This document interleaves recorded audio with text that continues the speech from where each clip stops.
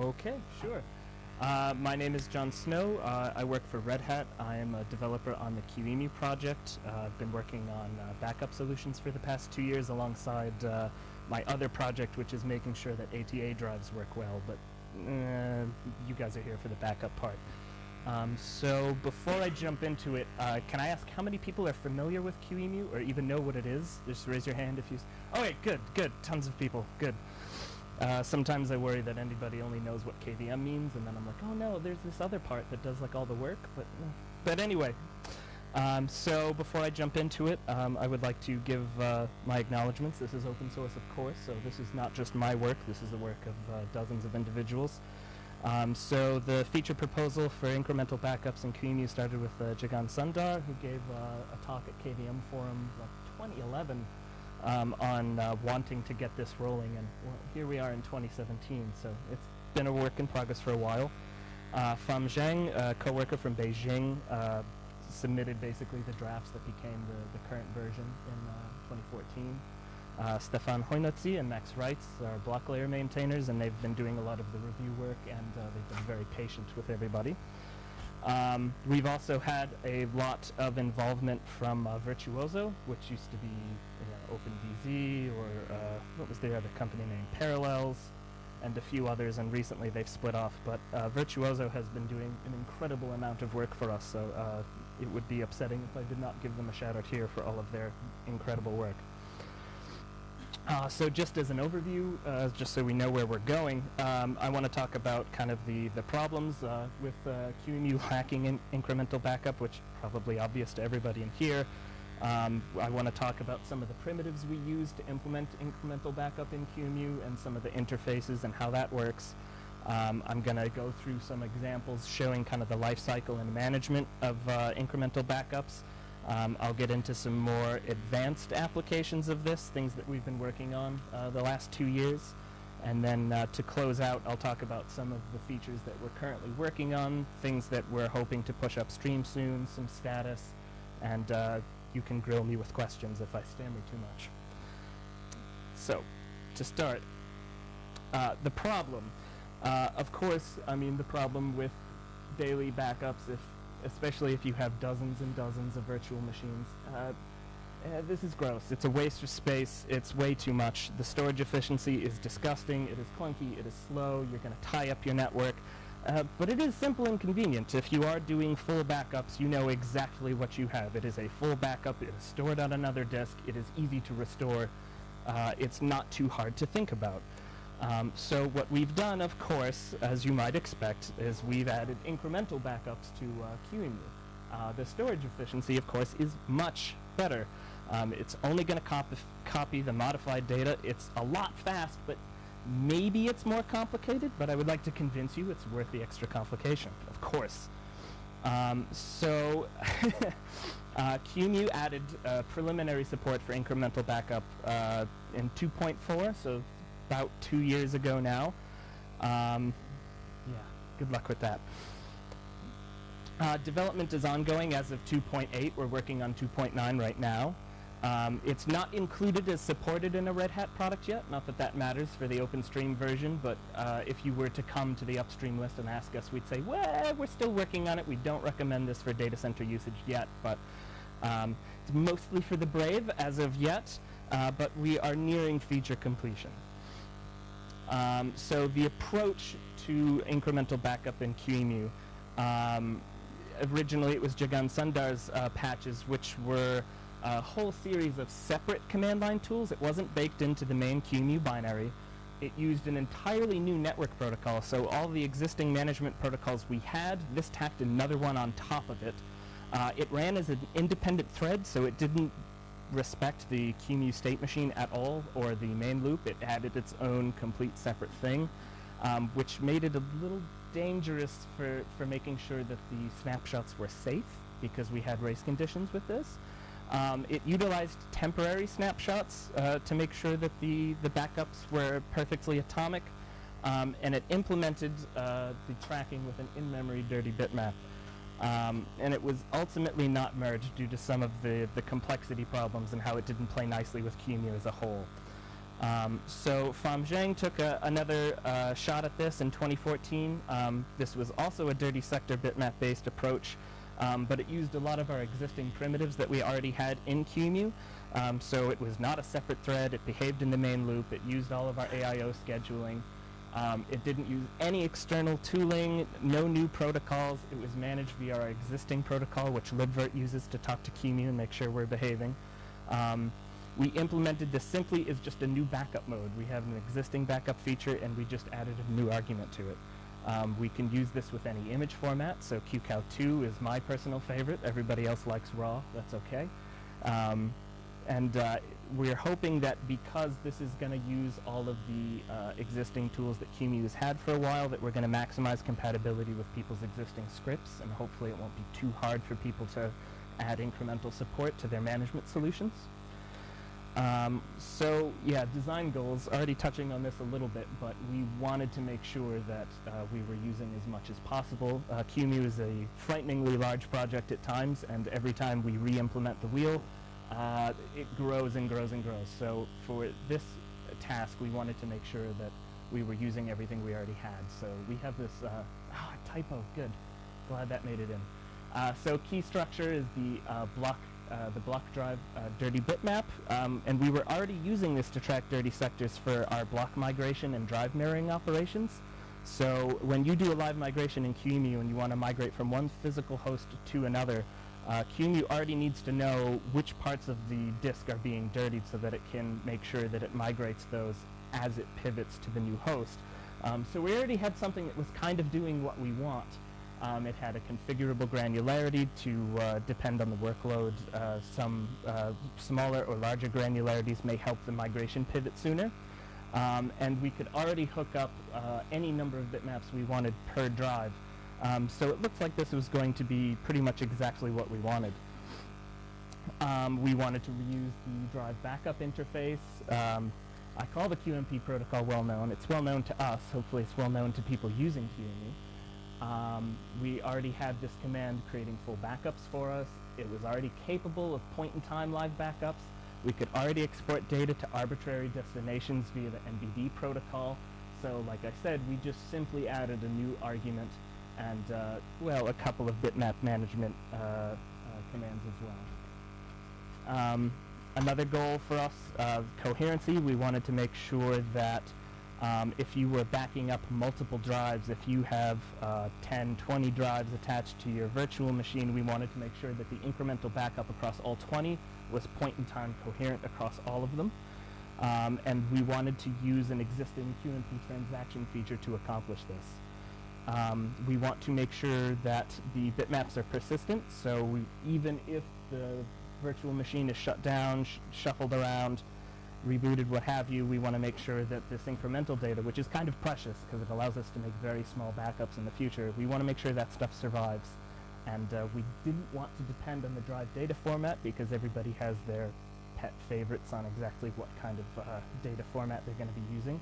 And we didn't want to depend on the backup target format, so we wanted to be able to go from whatever format to whatever format, trying to make this as kind of a data storage agnostic solution as possible. Again, we want to make sure that this is migration safe, and we wanted to make sure that on error, which hopefully never going to happen, but of course we know that it always will. So we want to make sure that we have the ability to resume incremental backups without necessarily having to rely on a brand new full backup chain if we can help it. And for the persistence, we have to make sure that we're not relying on outdated persistence data, which could lead to corrupt backups. So those are the design goals, what we're going for. And for people who are familiar with snapshots, this question comes up a lot. Why aren't you just using snapshots for this? Snapshots and backups have kind of different properties. Backups are, we'd like those to be off-site and inert if possible. We would like deleting a backup to be free, for instance. The snapshot mechanisms we often use in QEMU are format specific, so we wanted to avoid using that. Some people do use various kinds of snapshots, and then they kind of parse the snapshot data to pull out kind of a point-in-time backup. but we wanted to skip all that mess and just go straight to an incremental backup. So the incremental backups we have, they're inert, they don't grow, they're not attached to the running system. You can do whatever you want with them once they've been removed from the system. Unlike snapshots where if you're using a copy on write kind of solution, deleting a copy on write snapshot may incur an I/O penalty, and maybe you don't know how much, depending on how much you've been using or abusing the feature. So this is kind of why we don't use snapshots, but it's going to depend on everybody's use case. But this is another option that will offer better flexibility for offsite backups in particular. Yes. Okay. So building blocks. I'm going to talk about the bitmaps and their management just a bit. So this is the existing structure we have to track writes to our drives. Again, already used for drive mirror and block migration, and it's implemented using a hierarchical bitmap, which is just a multi-level data structure to track writes to sectors. And any number of them can be attached to a drive, which is important because you can have multiple independent backup regimes occurring simultaneously if you wish. So if you want to do both dailies and weeklies and monthlies, it's just 3 bitmaps. You have one for each backup regime. So the hierarchical bitmap, I'm sure you can visualize this in your mind, but just because I like making graphs, it's actually a 7-layer data structure, but 2 is good enough. But this structure allows us to iterate over the data very quickly, especially if it's sparse. We're able to skip large sections of the disk, so incremental backup should proceed quite fast. And as for multiple per bitmap, you can create an arbitrary number. I think we do cap it at some very large number, like 65,000 or some such thing, but you can attach any number of these bitmaps to any of your virtual drives. As you saw on the previous slide, they have names. So the existing usages are anonymous. We call them anonymous bitmaps. But if you are intending to use these for backups, they're named so that you can interface with them from the external API. And the name becomes the unique ID. But each drive can have the same name of a bitmap, so you need the pair of the drive name and the bitmap name to address this backup sequence. So just to illustrate, you can absolutely have something named bitmap 0 on both drives. I don't necessarily recommend it. It may drive you insane, but you can. And then, of course, we have internally used anonymous bitmaps for mirroring and migration techniques. So I mentioned that we have configurable granularity on this. The smaller the granularity, this is a block-based backup, not files. So we have no idea where files begin and end necessarily. Maybe we could look in and check, but we're not gonna. So we have to go by sector at some point, and so you can configure the granularity. So 1 byte being dirtied may incur you a backup size of 64 kilobytes, but you can configure it larger or smaller depending on your requirements or your expected usages, or you could even, like people never do, try to profile it and then use the one that actually works best for them. But I won't tell you guys what to do. So we default to 64 kilobytes, but it will attempt to match the cluster size of the actual disk you provide. And 64K is the default for QCOW2. Yeah, I was kind of getting ahead of myself here. So we're tracking per sector, but the granularity is configured in bytes because we're trying to get rid of the concept of a sector in a VM. So sometimes we run into some interesting cases like this. So the backup engine itself is going to copy out things per cluster. It's 64K at the moment. It's non-configurable at the second, but it's almost for sure going to be something that you can tweak in the future. So given that QCOW2 defaults to 64K and the backup engine defaults to 64K, 64K is probably the best right now. So the management for these things, everything is done via QMP, which is really good news if you're a computer, not so great news if you like doing everything yourself by hand. So QMP, for people who aren't maybe super familiar with it, it's a JSON-based protocol. It's like JSON-ish. I think we changed maybe the type of quotes you can use or something like that. It's almost quite nearly JSON. and it is what libvirt and everything else will use to be talking to QEMU. So it can be a little cumbersome by hand, but we do have little Python tools and things you can use if you want to play with it manually. But there are 4 commands here. For the management of dirty bitmaps, there's add, remove, clear, and then there's the more generic query block command, which will show you status in general about all block devices, but it includes some interesting information about the bitmaps attached to each drive. So creation's pretty simple. Bitmaps can be created at any time on any node and for any reason because we're not watching you. Bitmaps begin recording writes immediately as soon as you add them, and the granularity is optional. If you omit it, it's going back to 64K. But here you can see this kind of JSON-ish command, and we execute the block dirty bitmap add command on drive 0. We name it bitmap 0, and we've decided that we want a granularity of 128K this time around. Deletion, similarly simple. The bitmaps can only be deleted when they're not in use, and what counts as in use in this case for us is not actually being used to make a backup when you type it.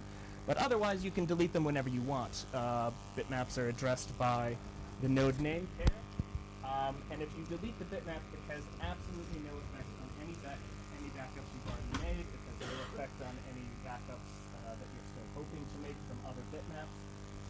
So this is a fairly independent kind of an action.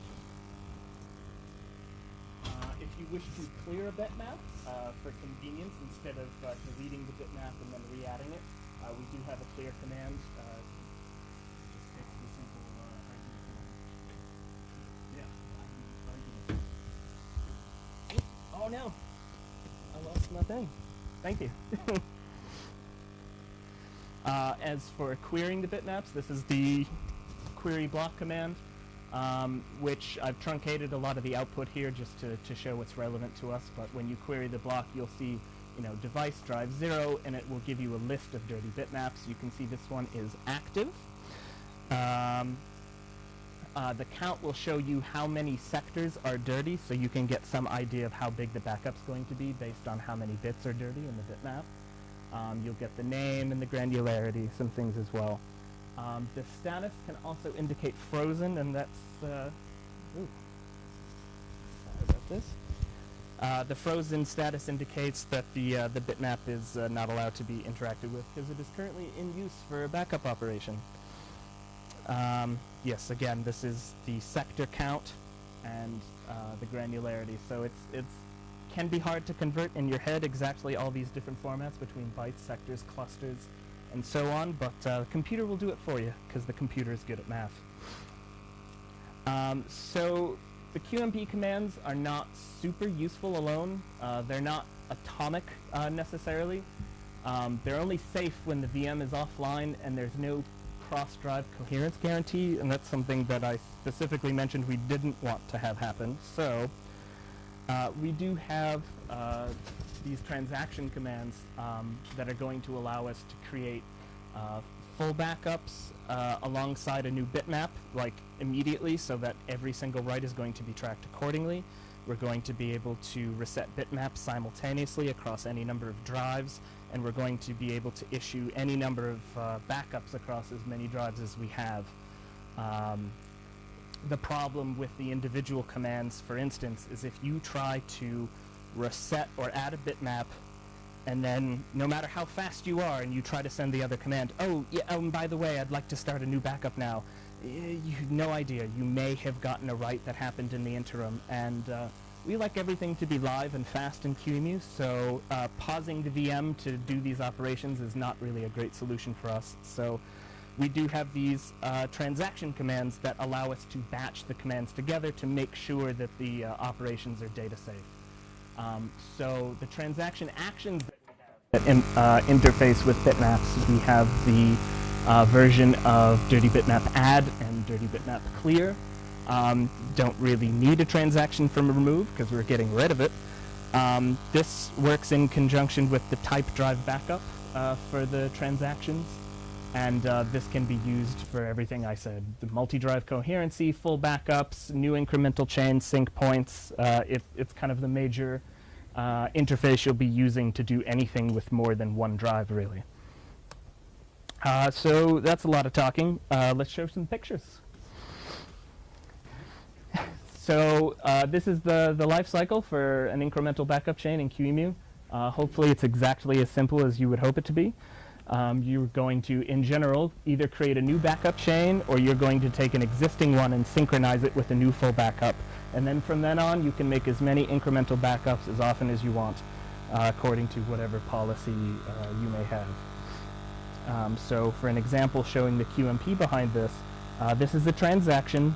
It's going to batch the add command and the drive backup command together, such that the bitmap will be cleared exactly in time with the drive backup. Here I've also highlighted, it doesn't come across so well on the projector, but this is sync full is the argument we're giving. So this is a full backup. And the backup will start at this point in time, and it will clear the bitmap in this point in time, but the backup will still take some time to complete, and it will finish later, and this bitmap is going to be kind of in use until that finishes. So to show you what will happen, we have this ID drive 0, and we're going to run this transaction, and then in one shot we'll get a full backup and a new bitmap with no dirty sectors in it. So from this point forward we can use it for incrementals. For a different example, if you didn't want to add a bitmap, if you want to clear it, just kind of like reset, you can use the clear and the drive backup command at the same time together.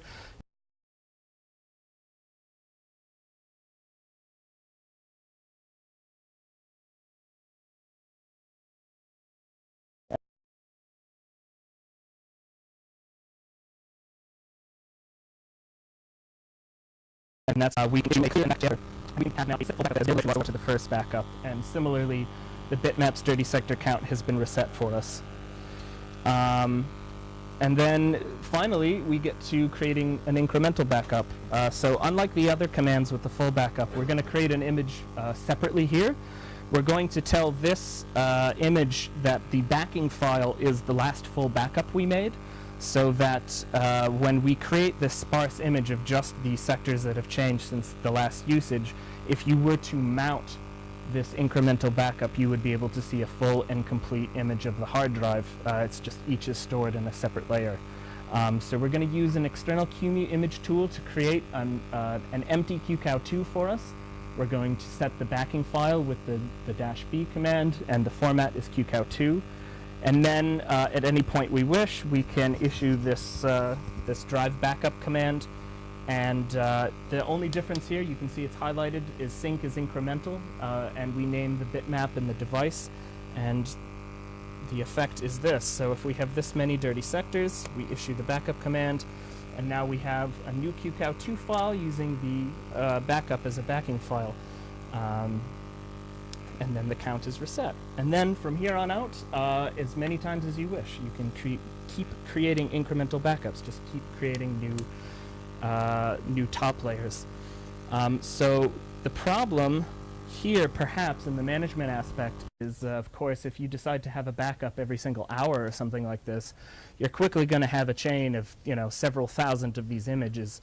But hopefully, if you've been copying them off-site, like I'm asking nicely, you can use tools at any time to condense these images. So the management layer on the other side of this can take these long backup chains and periodically condense them or copy them or move them into whatever other dedupe situation that you have. So hopefully that is not too complicated for the management side of things. So brief break. I'm just going to... No, I'm kidding. I'm going to talk about more stuff. Anyway, so I'd like to talk just a bit about, what are jobs. So QMP commands are synchronous, and the QMP socket is going to block each time you send one. So for long-running commands, we don't really have the ability to block the socket for that entire time. So we have this asynchronous task API that allows us to submit a QMP command and get some kind of a long-running job that we can manage. We can cancel and all sorts of things. For more information on this, you can see literally any talk from KVM Forum 2016, because 3 of the block maintainers all gave talks on exactly how block management works, and figuratively, only 3. It was Kashyap Chamarthi, Max Reitz, and myself all gave talks on this, and there's a link in the end if you want to know how to manage these things. So transactions in detail. We're going to batch some of the QMP commands. Each individual item is an action. The transaction succeeds only if all of the actions do. But the problem is that some actions are going to launch jobs synchronously and some don't. And I hope that doesn't cause any problems. But of course it did. The problem was that if you have a transaction and half of the items are launching these long-running jobs and half aren't, the concept of a transaction failure became really muddied, because normally transactions fail if any component action fails. But the problem here is that as long as the job launched, we considered that a success. So then later on, some of the jobs could fail. So say if you start a 2 terabyte backup job because you really hate your network infrastructure, and then it failed at 1.8 terabytes or something, the transaction still succeeded, so the management client now is really confused about what exactly just happened, because the transaction so what's good and what is correlated at what point of time to... So this was a bit of a problem for us. So yes, before 2.5, the action succeeds if the job is started. Jobs failing later have no effect on other jobs. So some backup succeeded and some would fail, and this wasn't quite so great. So we added a new parameter to the transaction command as a whole, where there would no change from the original behavior, where the action succeeds if the job is started. But any jobs launched by a transaction now will wait for completion from all other jobs before they finish. So for instance, if you try to do a backup across a 2 terabyte drive and like a 1 gig drive, clearly that 1 gig drive is going to finish way sooner than that 2 terabyte behemoth, but it's going to copy all of its data first, but then it's just going to wait in a completion mode, waiting for the other job to finish. And if the 2 terabyte job should fail, the 1 gigabyte job knows that it's not safe to clear out the bits in the bitmap, and it will roll back to make sure that nothing is lost. This isn't necessarily what you want, but it's up to the management client. Some management clients assume a transaction will be fully all or nothing, and this will give them that behavior, so you can avoid keeping partial completion state in memory or having to worry about that sort of thing. But it's up to you. There's no problem technically if one job fails and another doesn't. You don't have to cancel or delete the other backup. You could just retry the incremental on both to get a point in time across both. But this was a hotly requested feature for people to avoid having to think about partial completion and failure and so on. So this is an example of a multi-drive backup doing incremental across 2 drives. There's really no difference other than this thing is all wrapped in a transaction command. And here I have actually omitted the grouped completion mode that I was talking about, but it would be an argument below actions. So in addition to the actions array, there would be like a completion mode grouped parameter here. But this is just to illustrate what happens when we want backup across 2 drives at the same time. So you may have something like this, and then upon issuing the transaction point in time, we get two backups at exactly the same time. Yeah, just pointing out that those 2 are absolutely correlated and should be safe to use together.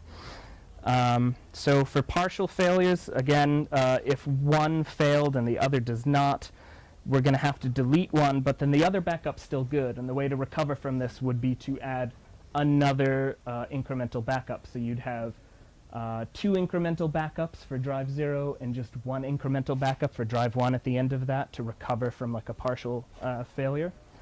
But if that is untenable for you, the other solution is if one fails, we're actually going to delete both of them. So it is a bit of a waste, but it does save you the trouble of having to think about exactly how to manage the recovery situation from there.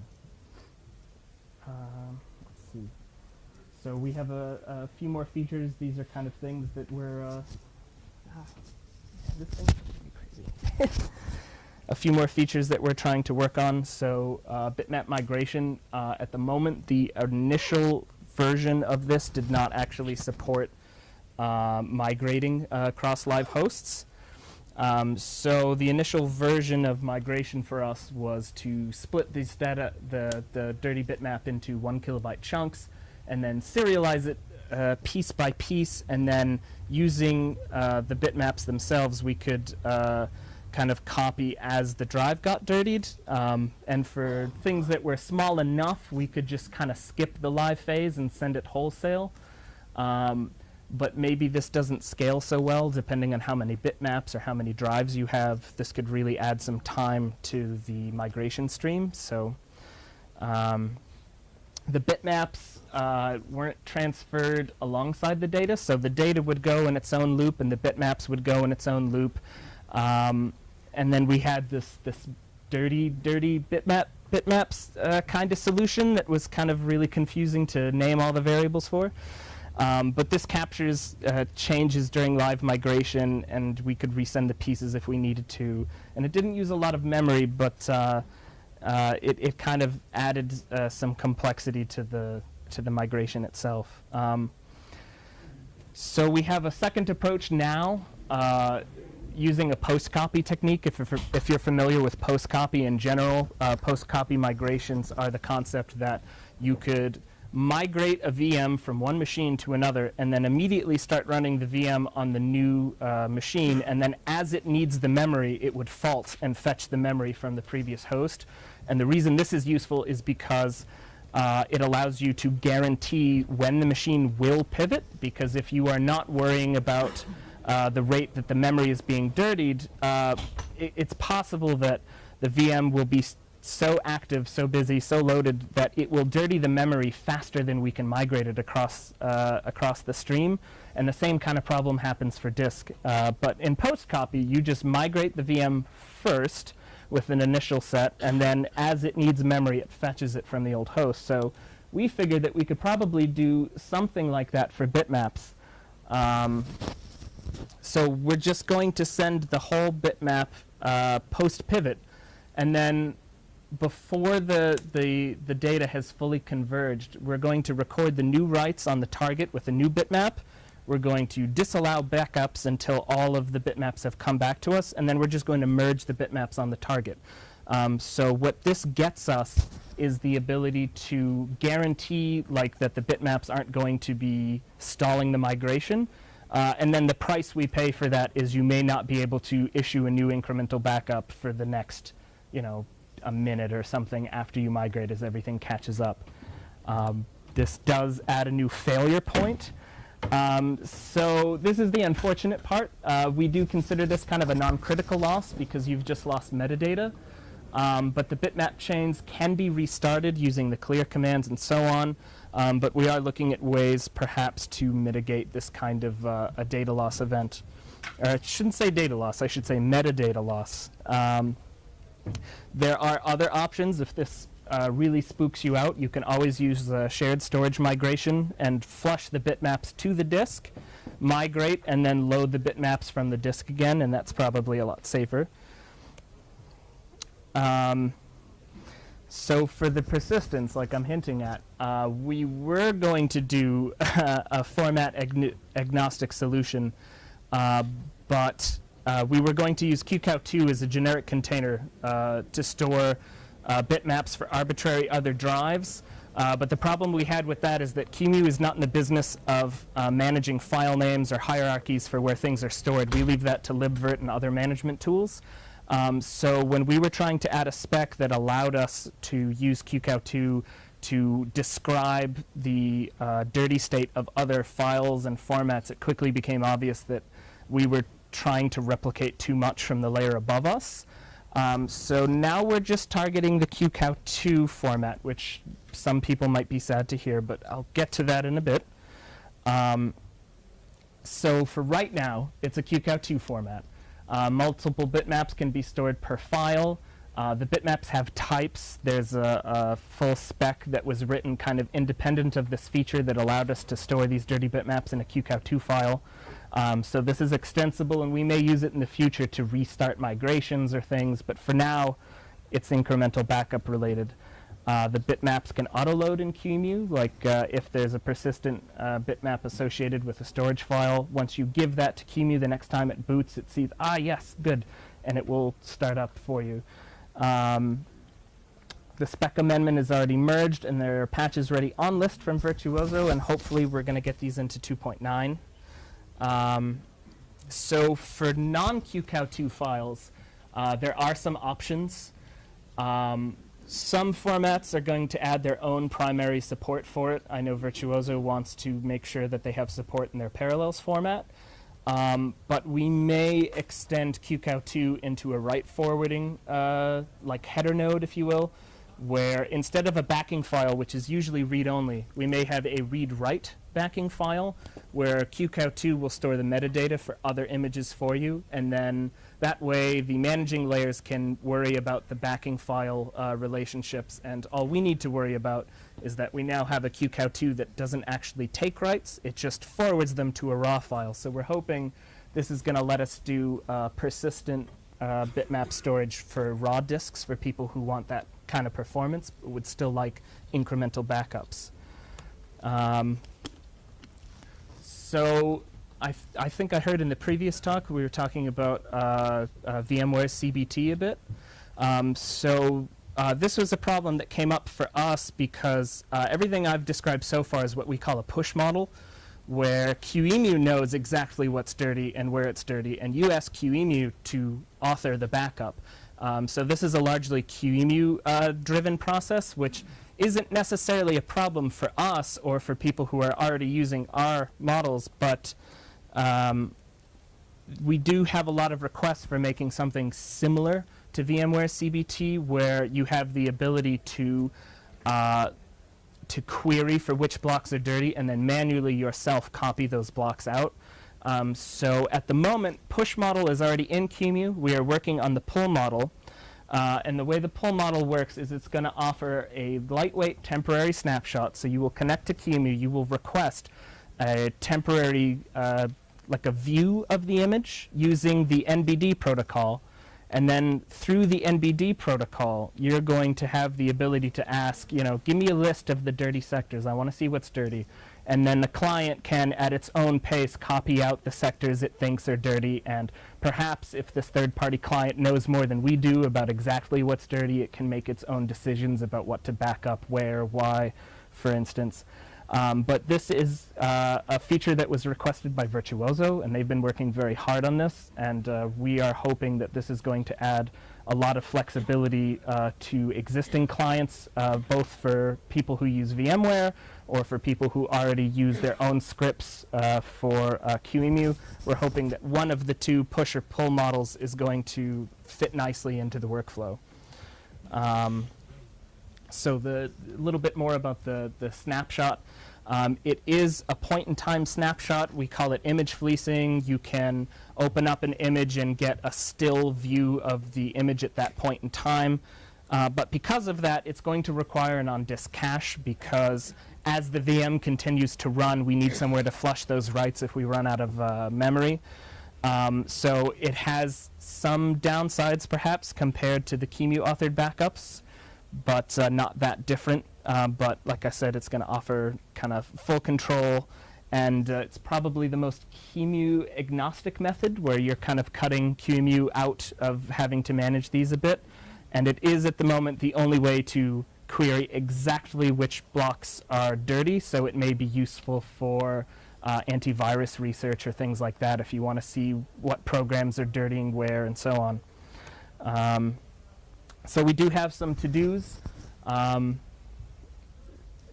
We still have to work on the interface for some of the more advanced features, the pull model, managing persistence. If you're saying, I want to delete this out of the drive, I want to put a new bitmap in, or I don't want this bitmap to be persistent. So there's a lot of interface questions that we're still working on. We don't have an integrity checker just yet, but we're working on one. We would like to add the ability to do offline incremental backups, so we would like a reference tool to make sure that if you have shut the VM down, you can still parse this dirty bitmap and complete a backup offline if you would like to. And I would also like to give a quick shout out. We do have a GSOC project coming up. If anybody was actually interested, we want to write a reference implementation, just a simple CLI tool, probably using Python to take advantage of our existing test infrastructure. If it sounds like something that you'd be interested in, we're definitely looking for people to help us with this. And so we're just at the end here. So the project status, the interface is merged. The incremental mode is merged. Transaction support was merged in 2.5. The persistence spec got merged in 2.6.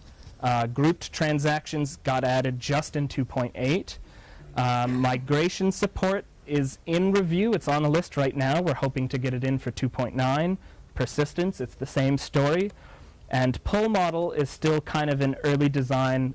There were some specs written for NBD to allow us to use NBD for this purpose. And we are hoping to get a lot of that in 2.10. And any questions? Are there any peculiarities about the restore? So in the end, you get the backup plus a number incremental. What do you do with those files? You're not going to like this. So that's the management layer's job. I don't care. We tried to keep that complexity out of QEMU because we didn't want to replicate what libvirt was already doing. So libvirt has whatever it has to manage like its own storage pools and things like that. So we tried to not care exactly about how many incrementals were already created. We say that it's up to the management layer to remember the last incremental it made and to properly hook up the chain. So it's a very Unix philosophy where if you ask for the wrong thing, you will get the wrong thing. So in that way, we kept our part simple, and we just kind of it's libvirt's problem now.